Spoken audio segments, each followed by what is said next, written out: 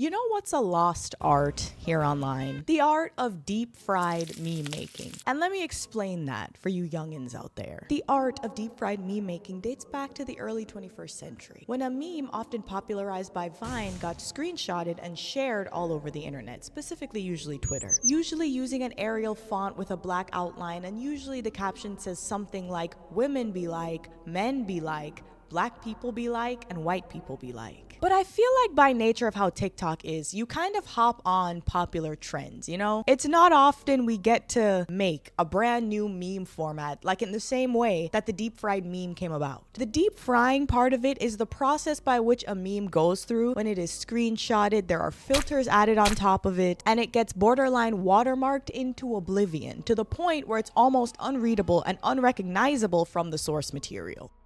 And I got recommended an account recently that kind of reminded me a lot of this meme format, mostly because the content reminds me so much of Vine. And it's run by a person called Dmitry Shilov.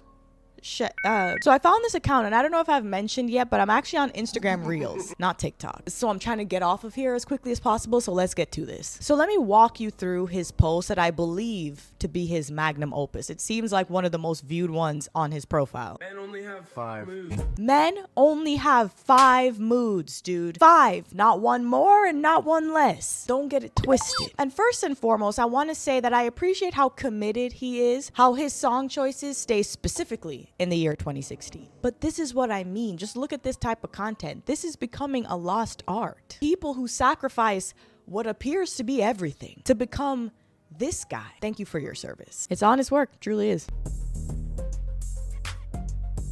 Now, the first mood is, you guessed it, fellas, always being horny. Can I get a hoya? Like, am I right? Men in the chat, if there are any men here, always horny, oh my god, I sympathize. It is really hard walking around with this stupid horn on my head all the time. The second one after always being horny, is your run-of-the-mill falling down the red pill right wing timeline, you know. Standard boy stuff. This mood is called how to get rich.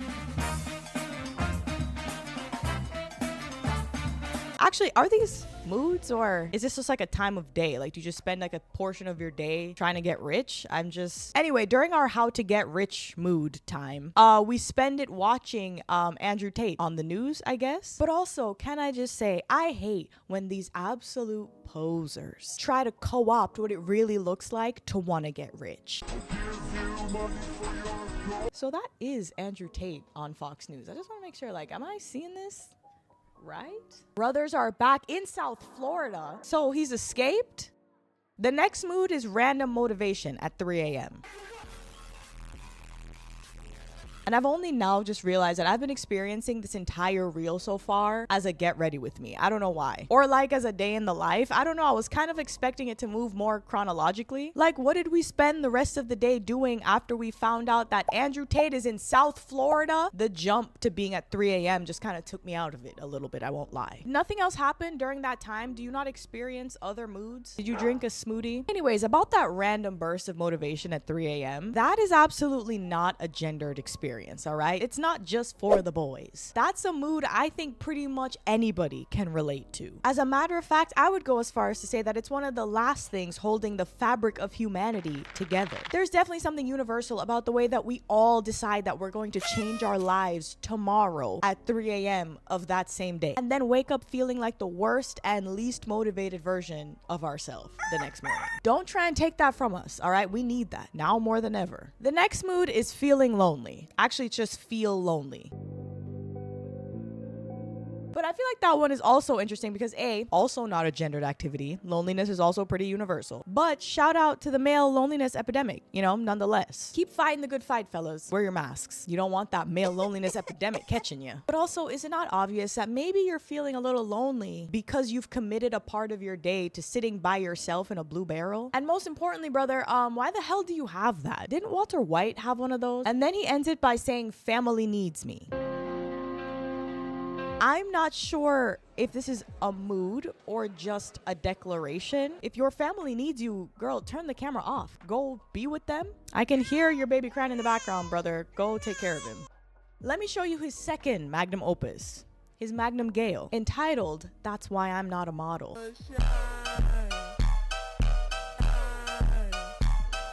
Okay, can we talk about Looksmaxxing for a second? He posts a lot of like Looksmaxxing adjacent content without explicitly labeling anything as like Looksmaxxing content. You know what I mean? Like he's kind of meant to be like a meme account, but there's also a lot of underlying tones, I guess, in some of his videos that are all about how to Looksmax. Just the fact that he's a grown-ass man telling children about this. Some of the content I've seen is like talking about people that have recessed jaws and I guess how to transform them into a jaw like his, when he clearly just does not have a recessed jaw, but he does it so insidiously. He hides this messaging behind the memes. Y'all are worried about the FBI agent in your phone watching everything you do, as if those are the sleeper agents that we need to be worried about. No, dude, the undercover ops that we need to be looking for are grown-ass men who run meme accounts on Instagram Reels that are peddling weird Looksmaxxing content. I feel like this happens because you know that boomers are finally now becoming privy to like incel and red pill content. I feel like I'm noticing a shift in it now. Are you noticing it too? Are you feeling it now, Mr. Krabs? I feel like a lot of people who make this kind of content, whether it's Looksmaxxy, whether it's right wing, whether it's like red pill, incel kind of adjacent content, are getting a lot more subtle with their messaging and the way that they implement this stuff into their content. Do you notice? I think the way that they're embedding this kind of messaging in their content targeted towards young boys is getting a lot more insidious, because I think they know that parents are becoming privy to the things that their kids are learning online, blocking certain people, and I think they want to be able to peddle this information in a way that's less obvious, not only to parents but even to the kids consuming it. You can hide some pretty toxic shit behind a joke.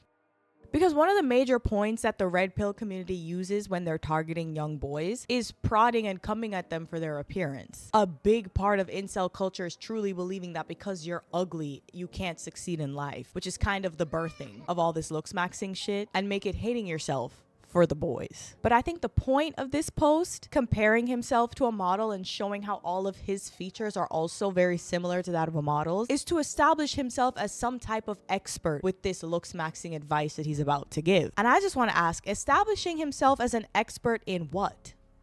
Puberty? Dude, of course you have a more chiseled jaw than the majority of your audience. You are 25 years older than them. Like, what are you trying to flex on 10-year-old boys because you have more jaw than they do? They are children. Let me show you this one. He literally gives a tutorial on the facial massages that apparently help with a recessed jaw, I guess.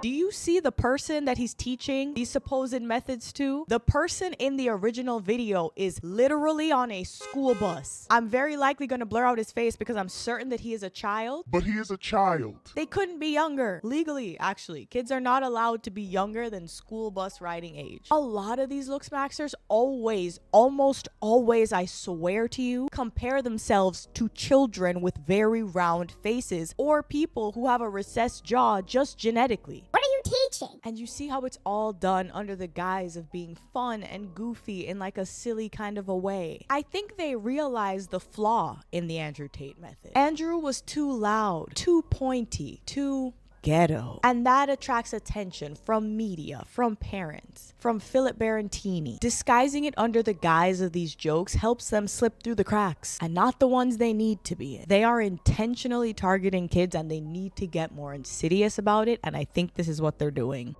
And also, if you were curious about that rating thing that just popped up, it's the Umax app, which brands itself as the #1 Looksmaxxing app. So really sick that that exists.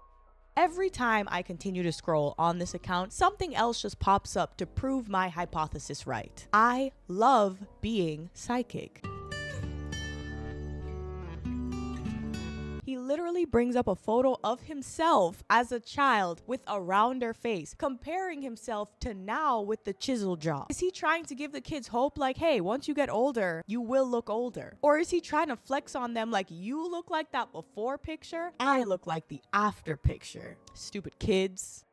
Now, I can tell by my own analytics that I do not have a single male under the age of 18 watching me. But if you have younger brothers or younger men in your life, please just pay attention to the fact that sometimes this red pill ass content is not as obvious as it used to be. And also remind them of the passage of time. If they are saying things like I am ugly or hating on their appearance, it is probably coming from dudes like this. Please remind them that this is like a 30-something-year-old man. And he looks like that because he is a 30-something-year-old man. And they too will likely one day look like that once they too become 30-year-old men. I also love that there's like a Johnny Depp mewing tutorial. And if you haven't seen it before, now you have, because I refuse to have watched that by myself. Also, I'm pretty sure this is another red flag, but is Johnny Depp like a big thing in right-wing spaces? Johnny Depp is a 60-year-old man. Is it not kind of weird to be comparing yourself to Johnny Depp? I mean, I appreciate they're comparing themselves to a younger version of him, but it just feels like there's more contemporary celebrities you could be trying to look like. I don't know. It just feels like a deep cut to me. Feels a little dated, but everything on this side of the internet feels a little dated. But I truly do believe that there is an aspect of this that actually does have meaningful impacts on the people that it's targeted towards, which is obviously not me. And I feel like there's really something to be said about packaging this kind of weird red pill looksmaxxing content into supposed memes. And I can't really tell if this kind of content is the entry point or the evolution. Because geez Louise, why the hell was it on my timeline? So what was the point of this video and what is the wrap up? Have I fallen down the red pill rabbit hole, or have you? And that, my friends, is the video. Me and the most blue pill banana that you have ever seen are grateful that you watched. As per usual, I am curious about your takes on anything that I said. And also, do you have any younger boys in your life, like teenage boys, that you are actually becoming deeply worried about? Because these are stressful times, very spooky times, and I'm curious about your experiences with this. And as usual, if you've made it all the way to the end of the video, thank you so much for watching. Please like and subscribe, and I will see you in the next one.